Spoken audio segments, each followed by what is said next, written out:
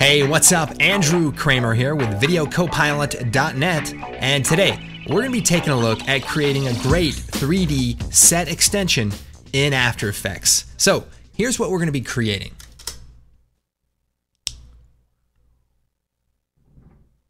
Alright, so basically we're flying over the mountains through the clouds and the mist, and we see this great menacing looking background. Now, the great thing about this tutorial is it's actually pretty straightforward.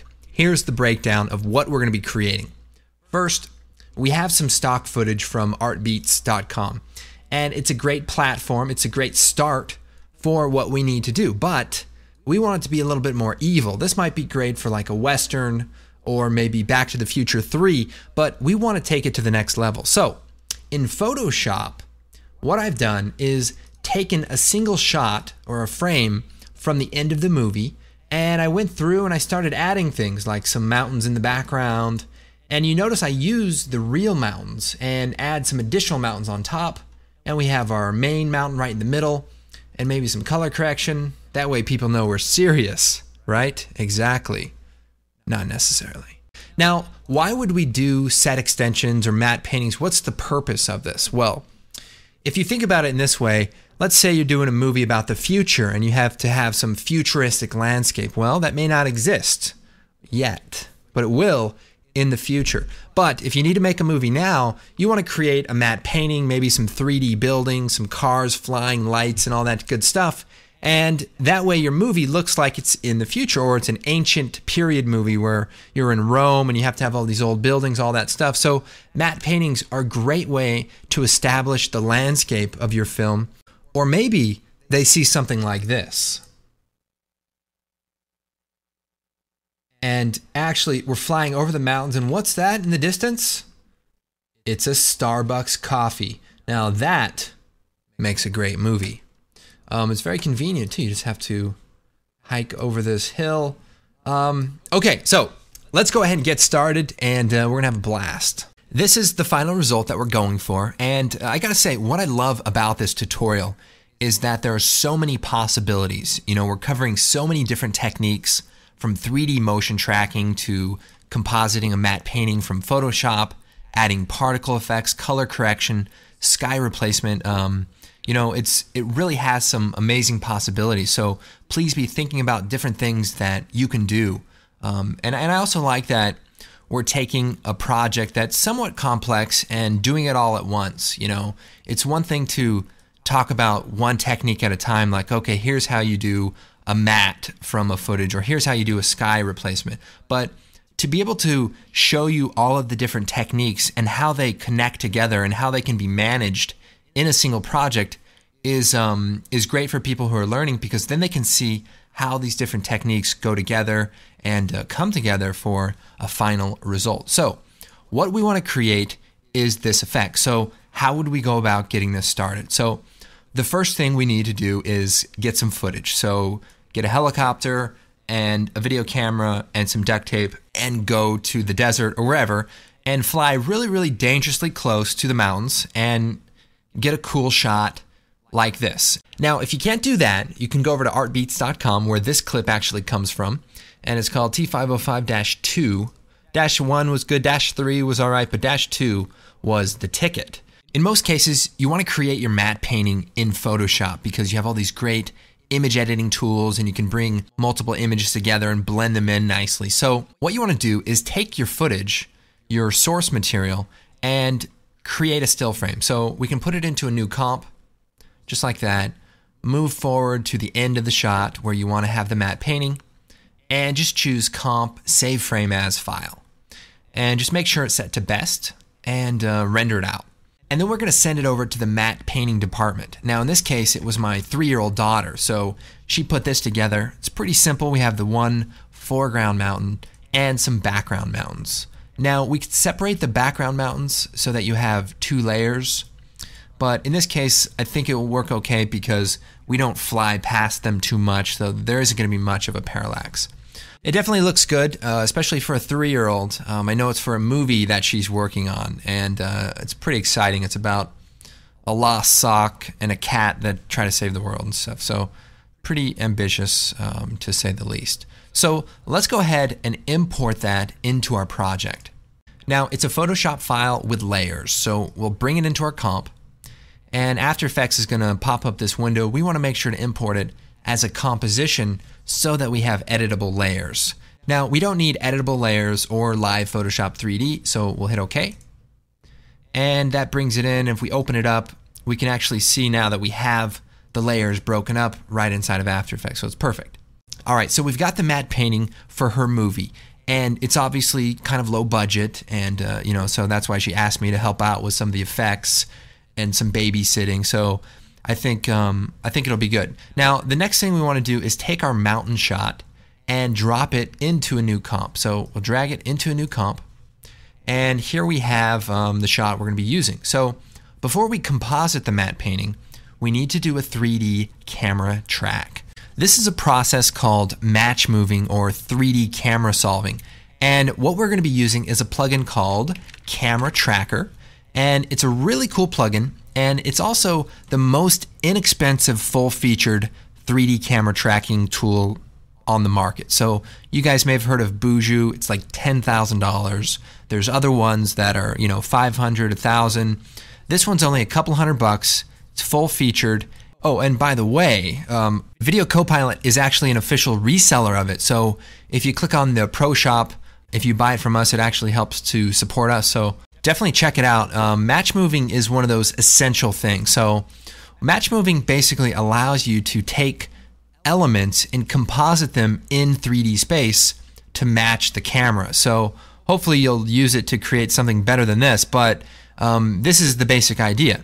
Now, in the case of our mountain shot, we want to be able to composite things in 3D space. So it's great for motion graphics, but it's also great for, visual effects. All right, using Camera Tracker is really easy. So first thing, make sure your comp is set to full resolution so that the tracking will be as accurate as possible.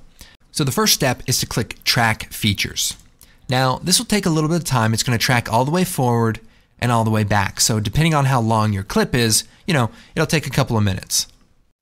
Okay, so Camera Trackers track 2D points throughout the clip. So the next thing we're going to do is click Solve Camera. Now this goes pretty quick and gives you some information. Solved, everything's in good shape. We hit OK. Okay, so now we have some 3D points, but the final step is to create a scene with a camera. So if we click Create Scene, so now we actually have a 3D camera. So if we fly through this, we can see we're flying past this null object and it's actually in 3D space. So this is pretty much, the main idea. But Camera Tracker, like I said, is pretty much a full-featured 3D tracker. So we can do a lot of other cool things. For example, if we move forward through the clip, there's a bunch of 3D points. So remember, if you click on the name Camera Tracker, all of the data will pop up. So what I want to do is create a null object into some of these points in 3D space. So I'll click on one of the points, and then I'll hold down Control and click on it again, and I'm going to choose Create Null Object. So now if we look closely, there's a null object at that point. So Camera Tracker has its own 3D point viewing, but in order to actually access it through After Effects, we need to create some null objects. So we can see that that null object is now in 3D space and we can access it and tie things to it. But I want to create a few more. So we'll click on this, we'll zoom in, we'll click on one, Control click, Create Null Object. So remember, when you click once, hold down Control, click again, create a null object. Maybe we'll make one in the back here for the sky. And maybe another one on this side. We can also add some, just down here. And remember, we can come back and do this again later. But this will just help us have some elements in our scene to use as reference. And again, I want to add a few along this ridge. So we'll click here. Let's see, maybe here. Control click. Maybe up here.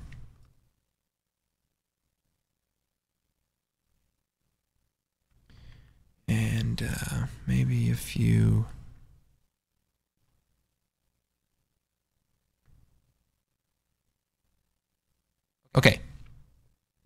So we'll click out here, and there we have tons of null objects in 3D space, and we can start getting busy compositing this matte painting.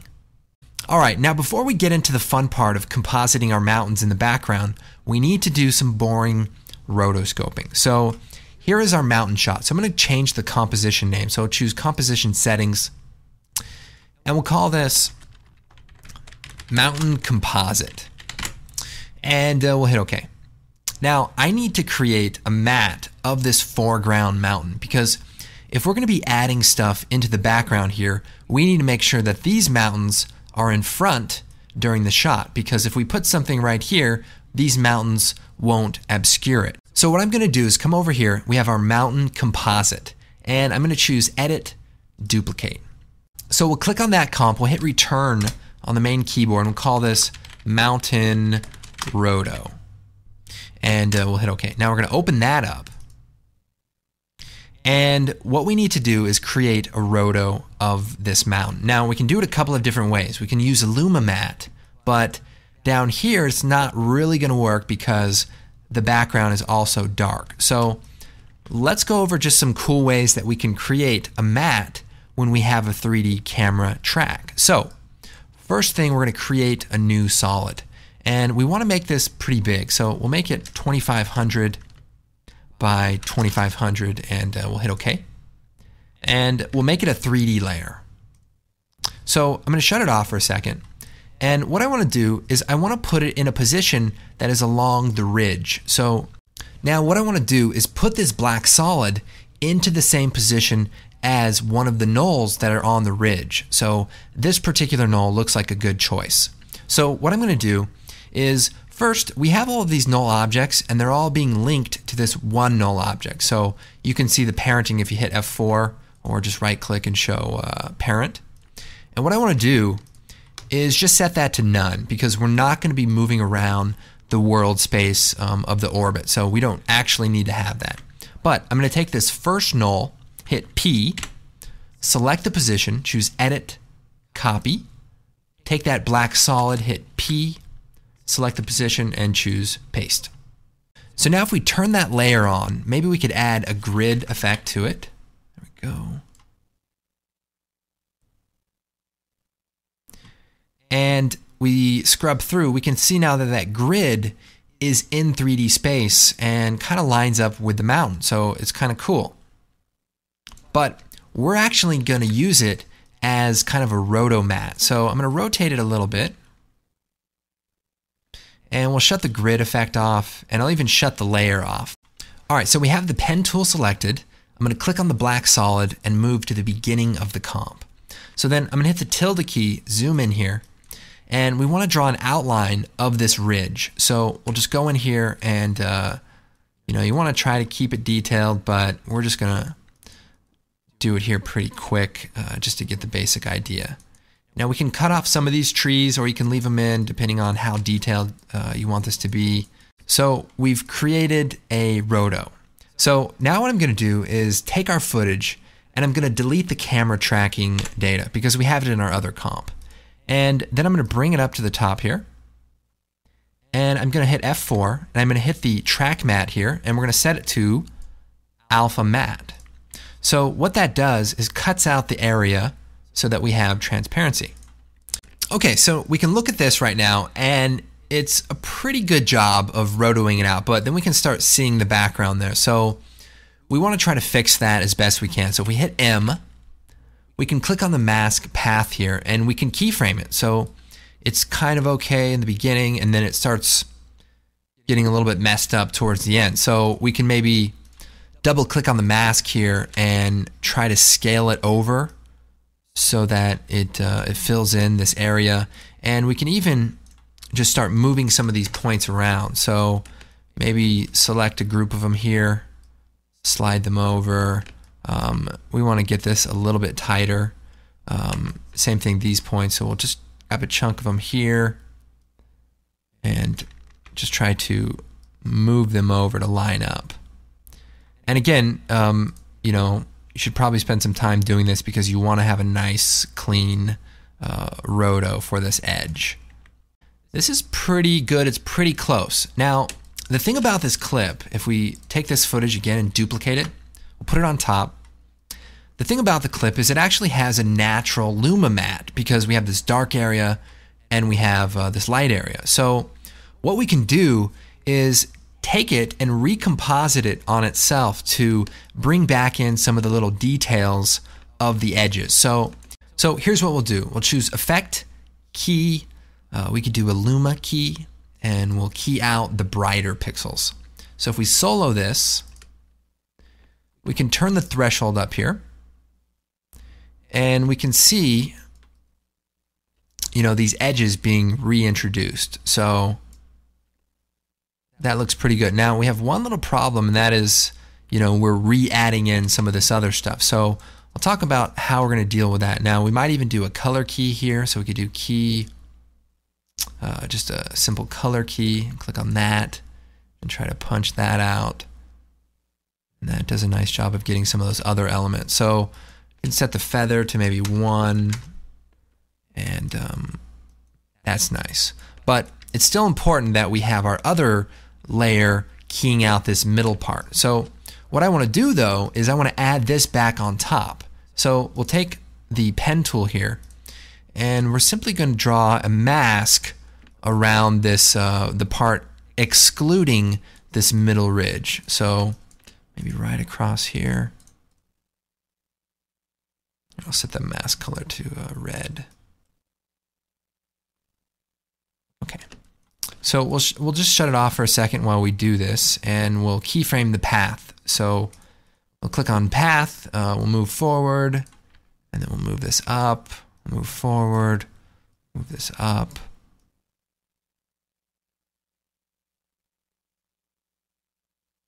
So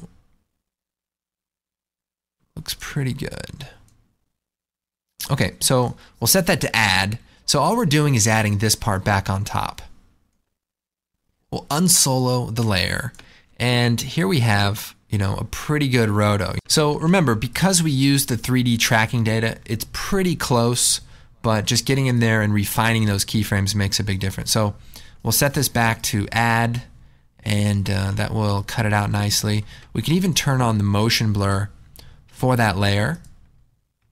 And if we look closely, the edge will actually have some directional motion blur, so it's kind of nice. Now, we've recomposited this top part back on, but let's make sure we feather the edge so we're not introducing any artifacts. So maybe subtract the mask just a bit. To compare kind of the difference, so as we look at this edge and we compare it with the original roto, it's kind of smooth, but then we add back in that detail by using that Luma key, and it does a really nice job of preserving the detail. So this is our roto, and I think we could do better, but I think we could also do a lot worse. But I'll let you guys worry about that. All right, guys, are you still with me? Because we're actually going to do some fun stuff too. So here we are back in our mountain composite shot. Now, remember, we imported our mountain matte painting, and that's the 2 layers, the one mountain and the background mountain. So let's go ahead and bring those into our final composite and start getting those dialed in. So let me take these 2 layers. So the top layer, we'll call this mountain, and we'll call this background mountains. And we'll take the 2 layers, hold down Shift, and we'll choose Edit, Copy, and then we'll jump over to our composite, and we'll just choose Edit, Paste. So we've got our 2 mountain clips. That looks amazing. So we'll keep going. Let's clean this up a little bit. So first of all, hold down Shift, and let's unparent all of the null objects from the world transform, and that will just make sure we have an absolute position value. And then I'm going to take all of the null objects, and I'm going to hit F4, and we're going to turn on the shy switch. And what that does is allows us to simply hide them while we're working or pop them back up, so our comp isn't too cluttered. So we can hide those. We'll take this background mountains, and we'll turn off the collapse transformation. So that just comes in that way from Photoshop, but not entirely necessary. Okay, now we did just create our mountain roto comp. So if we take that, drag that into our comp on top, and now you can see the purpose of that. It allows the background matte painting to look like it's actually behind these foreground mountains. So again, we'll shut that off for the moment while we set this comp up and try to get everything dialed in. We want our mountains to be in 3D space, so we'll turn them into 3D layers. So we'll click on the 3D layer switch, and they've gone somewhere far away. That's okay.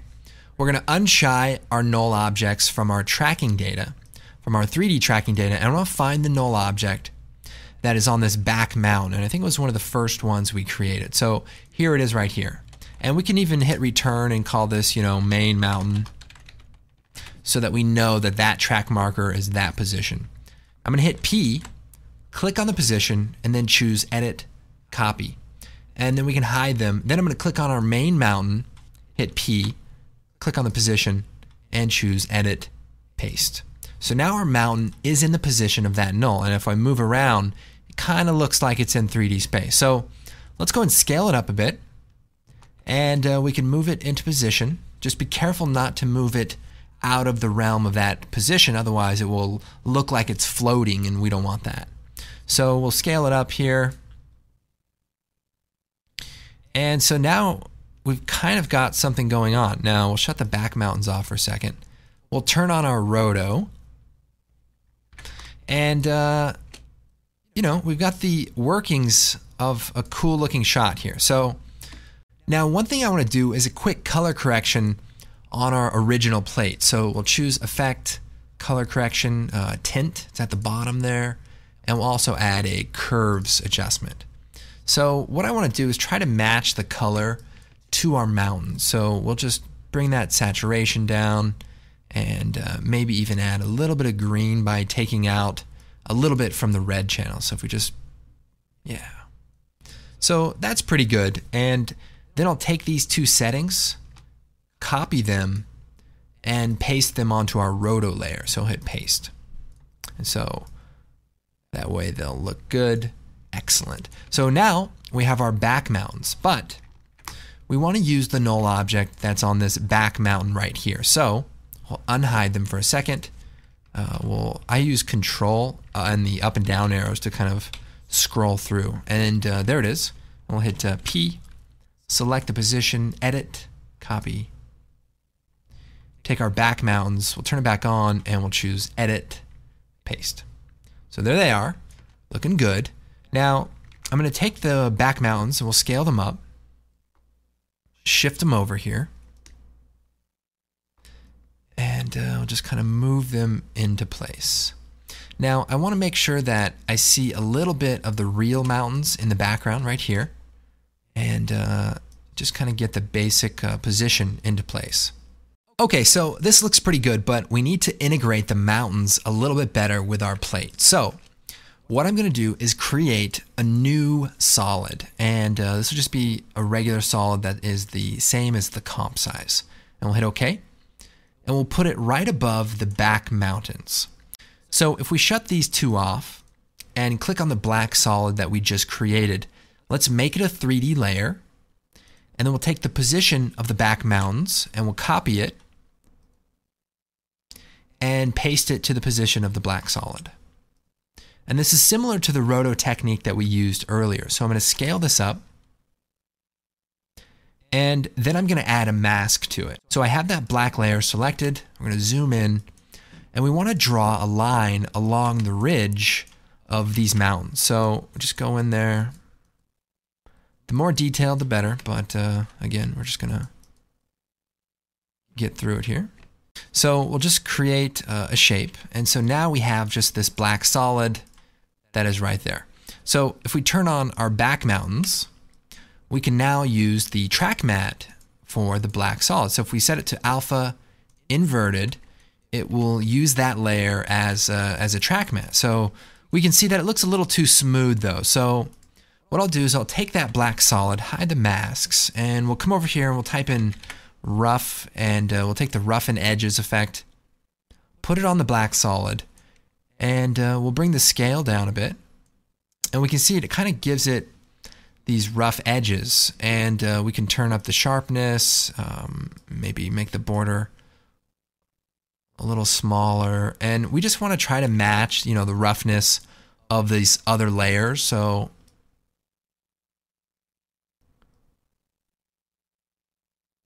something like that looks pretty good. We just want it to look like it blends in nicely. So that's a good start, and we might even take these layers, the mountains, and darken them just a little bit so that they look like they're right behind the ones that are actually in the shot. So I think that looks pretty good. We might even take our main mountain, darken it a little bit as well, and possibly bring out some of the highlights because they're a little bright. Cool. Now you probably want to add some shadows to really integrate it nicer. Like this mountain should be casting some shadows if it were really there, but we're just going to hopefully hide it with all of the smoke and stuff later. So remember, a 3-year-old did this, so cut her some slack. Although admittedly, I read the script for her movie and it's pretty good. It's very early Spielberg with like a touch of Hitchcock and little Dora the Explorer. So it's not bad.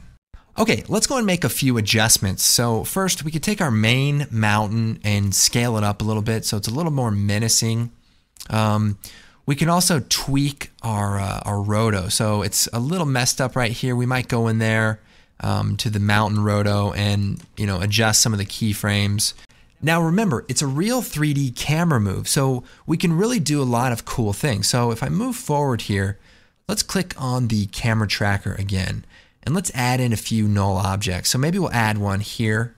And we'll control click and create a null. Maybe another one at the end here. See this one.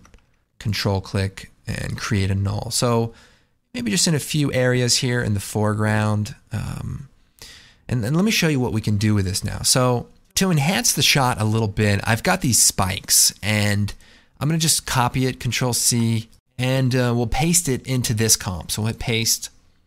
Now, we just created these 2 null objects. So let's take them.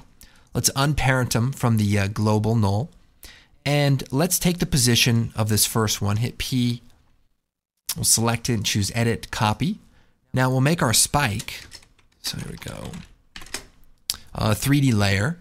And we'll choose Edit, Paste. So now our spike is in 3D space. Now let's move it up so that the base of it lines up with that null object. And then we should also flip it. So set it to -100. So the lighting kind of matches. And we can rotate it. And, we could try to integrate this a little bit better with the color correction and such. Maybe even, roto out the base here a little bit.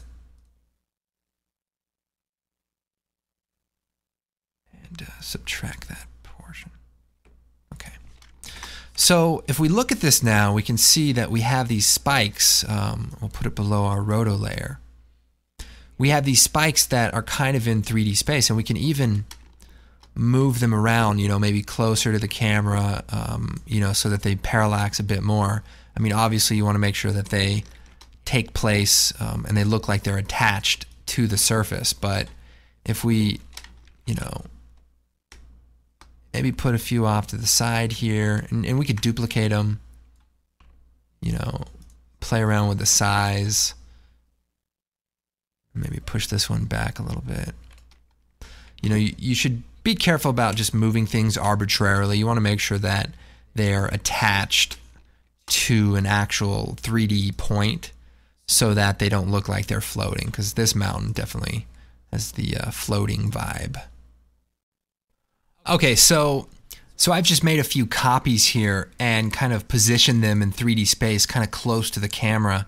And we just get a little bit more of a parallax and, just helps build the landscape a little bit. So these are just little things that you can do to enhance, the composite so it doesn't just look like stock footage. So we just, quick little comparison, I mean, it's not great or anything, but I think the potential is there. So maybe real quick we could take a look at adding some great particles and see if we can add some more depth by flying through some clouds.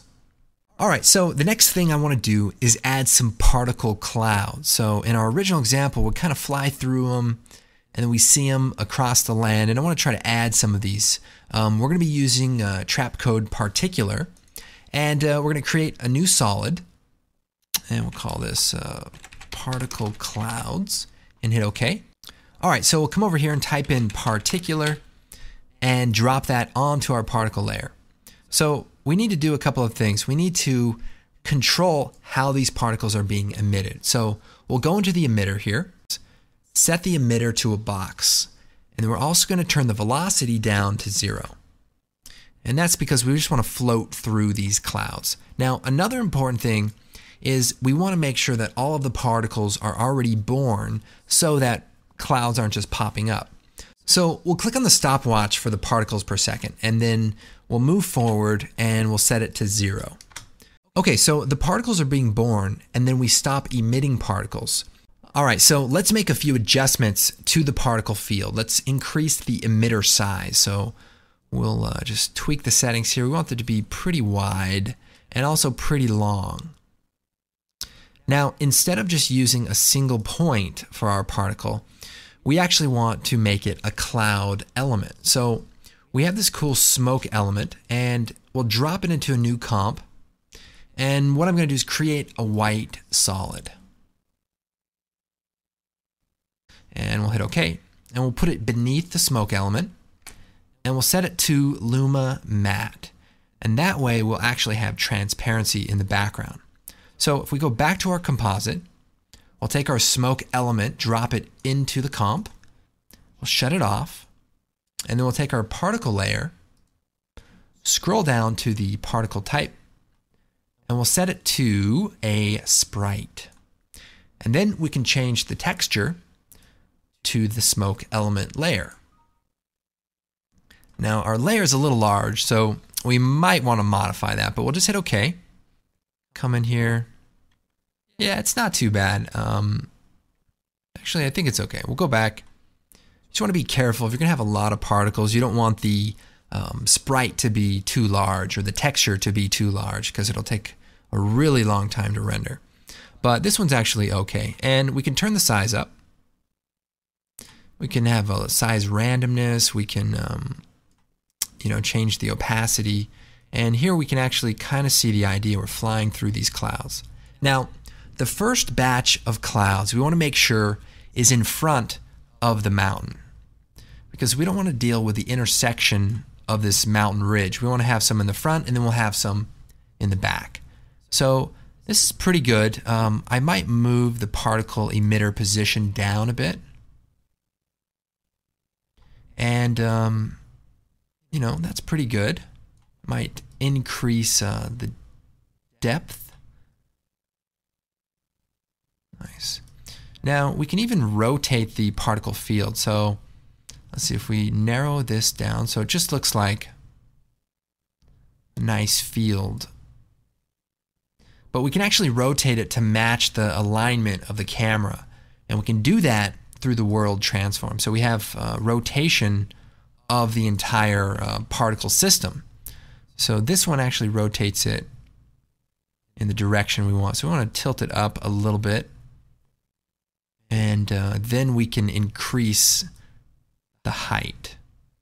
And now if we want to make it more dense, we could come in here to this first keyframe, which is set to 100 particles per second. We can set it to maybe 150, and it'll just make it a lot more dense. And we can even change the random seed to find one that looks a little bit more uniform. So that looks nice. Now the particles are probably a little too dense, so we'll bring the opacity down a bit. And we should turn the life up to about 10 seconds so that they don't just shut off midway. Cool. So this is looking pretty good. Now, one of the things that can happen sometimes is the particles can just pop off as they hit the camera. So for that, we want to go into the visibility and set the near start fade a little bit higher. And that way they start fading out a little bit sooner. So if you're actually going through a three-dimensional cloud, which we are not, you would imagine the density would decrease as you get through it. So if you're halfway through the cloud, the density should maybe be about half. So we kind of fake that by setting the near start fade to a little further along, so the cloud starts fading out a little bit before it actually goes through the camera. So that looks pretty good. But now I want to create an additional particle field. So we'll take our same layer, choose Edit, Duplicate, and let's put it below our rotoed mountains. And then I'm actually going to move the position to be in front of the mountain. So we have our X, Y, Z position. We move the Z position forward. Check it out. Our clouds are now kind of far away. And this is going to be really cool. So now we just need to tweak where this particle field extends to. So we can make it maybe a little longer in the Z space. So we'll pull it out a little further here. Maybe a little wider. And maybe we want to add more particles. So again, we'll double click on that keyframe, maybe set it to 250. And that looks nice. Or maybe even more. Let me show you this other cool tip. Let's set this to like 400. So one of the things that happens with this technique is these far away clouds are just way too dense, but my foreground ones aren't dense enough. So we're going to use the visibility to help solve that problem. So we have our far fade and far vanish. So let's set the far start fade to like 1500. That's really close. And then set the vanish to 2000. So we can actually start seeing that that makes a difference. So as we move this value closer, we can start cutting those particles out. It basically works by calculating the distance from the camera. So the further away ones will start fading out a little bit sooner, and that way we can make them, more dense in the foreground, and that just gives us a little bit more control over the density of our clouds in the background. So this is a good start. We might play again with the world transform, maybe move it down just a little bit so that it's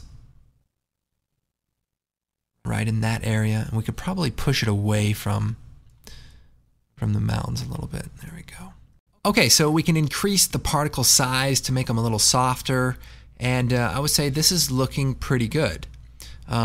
Maybe we'll move the background clouds down just a little bit more, and that way we can still see our faraway mountains, but that's just something you can adjust till it looks right. Now we've added this haze, so we want to go ahead and do some color correction. So we'll add a new adjustment layer and some curves, and then we'll just start tweaking the contrast a little bit. Now we can make it nice and evil by bringing all the red out and just cooling it off, maybe add a little blue into it.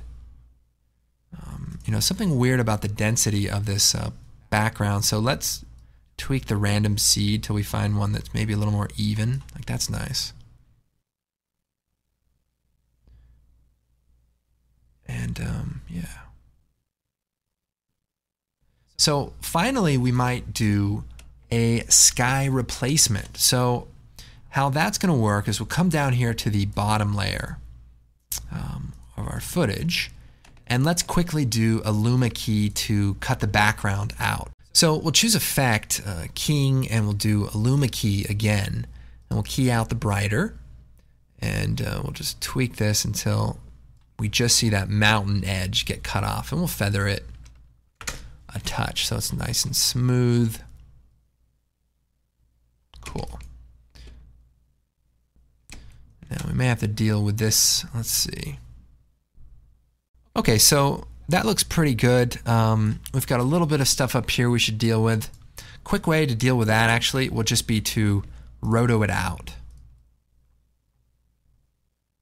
So if we hit M, and we can just hit subtract, and we'll keyframe the path there. And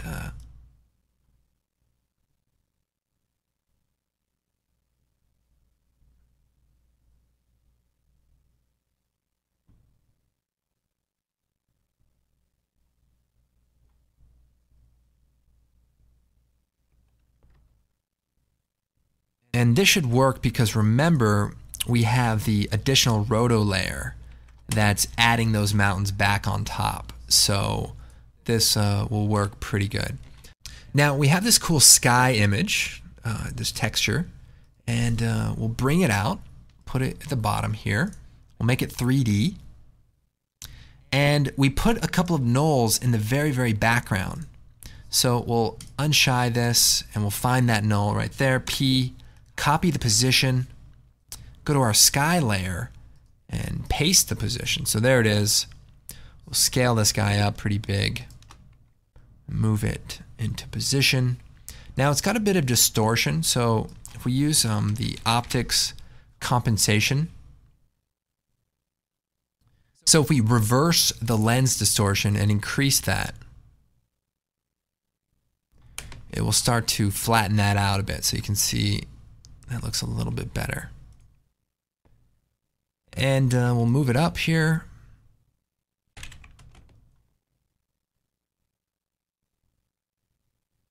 Now we need to brighten it up to match our background mountain. So we'll choose Effect, Curves, and we'll just bring this up pretty bright.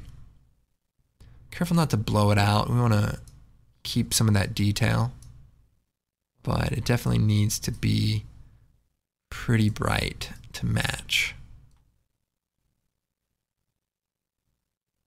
Now another quick little thing we can do, let's scale this up more here.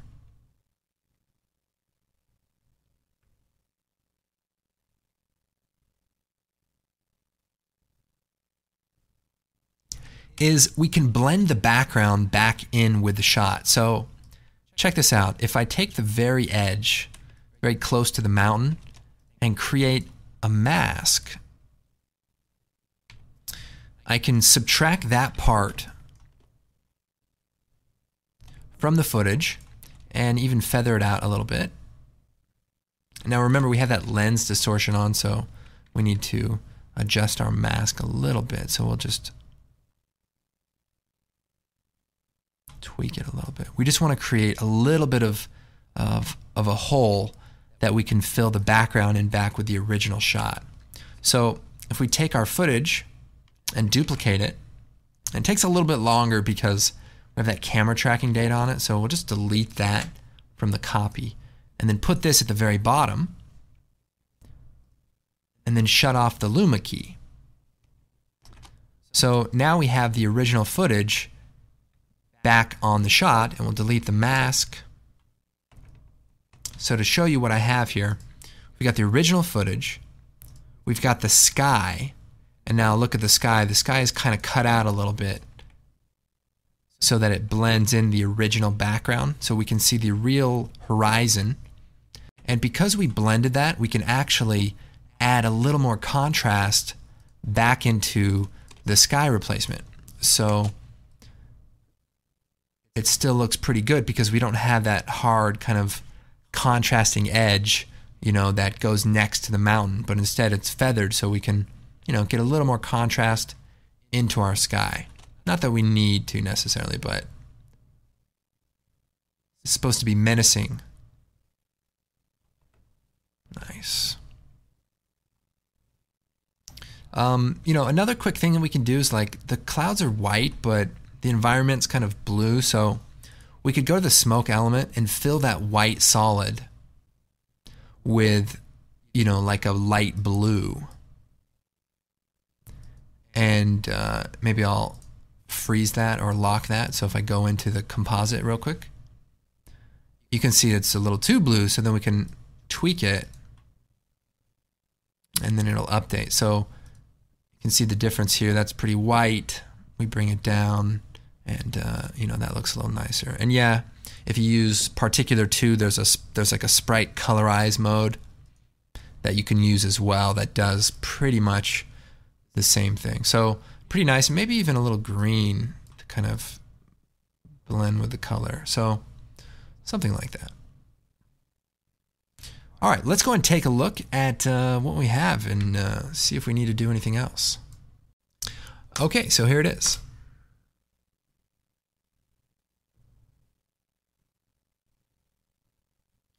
So not too bad. You know, there's a few little things we'd probably want to clean up, especially in this roto.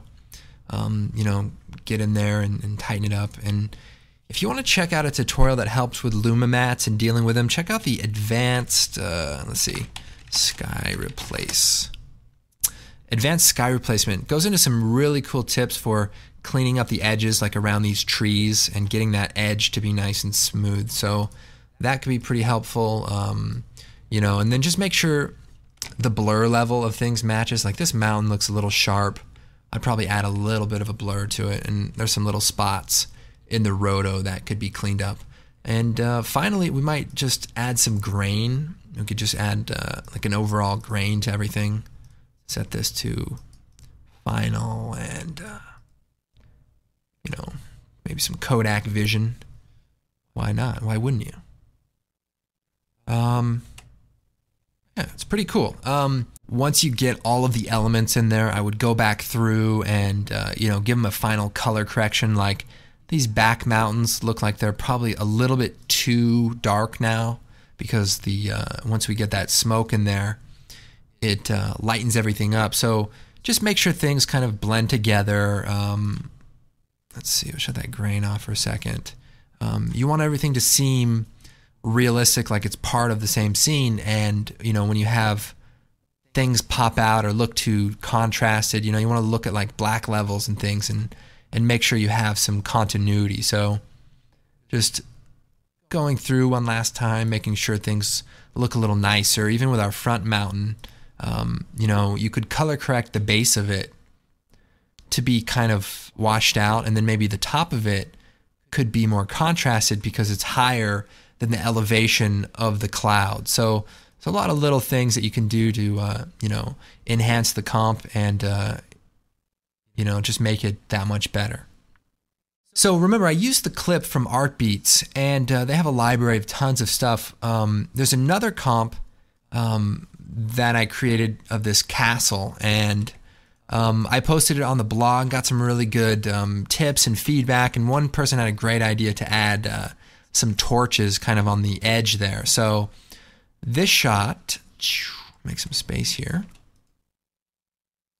You can see here's the original shot. So we're flying over, and literally it's all the exact same techniques. We have to create a roto for these foreground mountains. In this case, I had to do it for 2 separate layers, and that way the part of the, you know, castle is kind of behind that stuff. We added some torches. We even added some pieces of the castle that are on that back mountain, so it looks pretty cool. We've got the sky replacement. Even have a little moon in the clouds. So all the same kind of stuff, but it's amazing just how different you know, things can turn out. And you know, you spend some time on the design in Photoshop, then you could come in and you know, get it to look the way you want. So make this look a little more menacing, I guess. Maybe desaturate it just a little bit. Anyway, you know, you just want to tweak things to death, but I hope you guys get the idea here and learn some cool things. I'll keep working on this even after we're done with this tutorial. Anyway, I'm Andrew Kramer. If you guys want to discuss this, or if you have ideas or examples, check out the forum. We've got a lot of great people on there.